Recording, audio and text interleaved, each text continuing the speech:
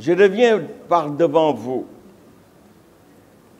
pour demander le retrait du texte parce qu'il viole deux principes fondamentaux qui sont consacrés par la loi organique relative aux lois de finances.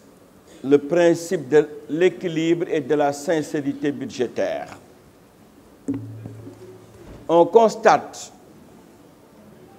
que le président de la République sollicite une autorisation de recevoir des dons et d'emprunts pour un montant de loin supérieur au montant inscrit au niveau des ressources, des besoins en ressources extérieures. Vous avez demandé pour le président de la République 1 785 milliards. Alors que vous avez dit clairement à la page 21 du projet de loi de finances rectificative que les ressources externes sont évaluées à 1 266,7 milliards. Donc, vous conviendrez avec moi que si cette autorisation est accordée, cela va créer un déséquilibre entre les ressources et les charges au niveau de la loi de finances.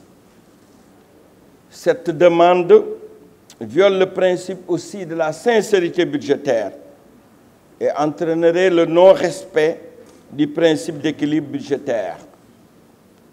Comment peut-on voter une loi ordinaire qui viole les dispositions d'une loi organique? Monsieur le ministre, toutes ces anomalies se trouvaient déjà dans la loi de finances ordinaire initiale. Je l'avais signalé, non seulement vous ne m'avez pas entendu, mais vous revenez pour persister dans l'erreur. J'aurais pu dire dans la faute.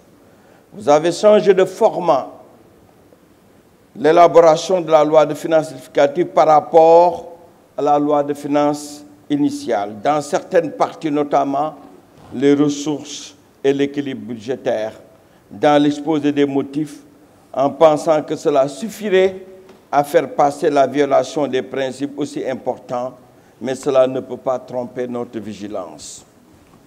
Deuxième raison. Dans la loi de finances rectificative à la page 16, premier tableau, vous mélangez plusieurs choses à la fois.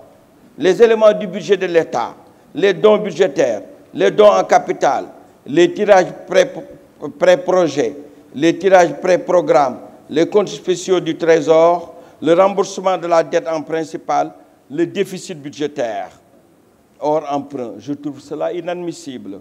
Je rappelle que le déficit standard est un résultat. Ce n'est pas un chiffre ex nihilo. Vous le trouvez à la page 62 en annexe. Chaque fois, je vous renvoie à la page pour vous permettre de savoir que ce que je dis est bien fondé.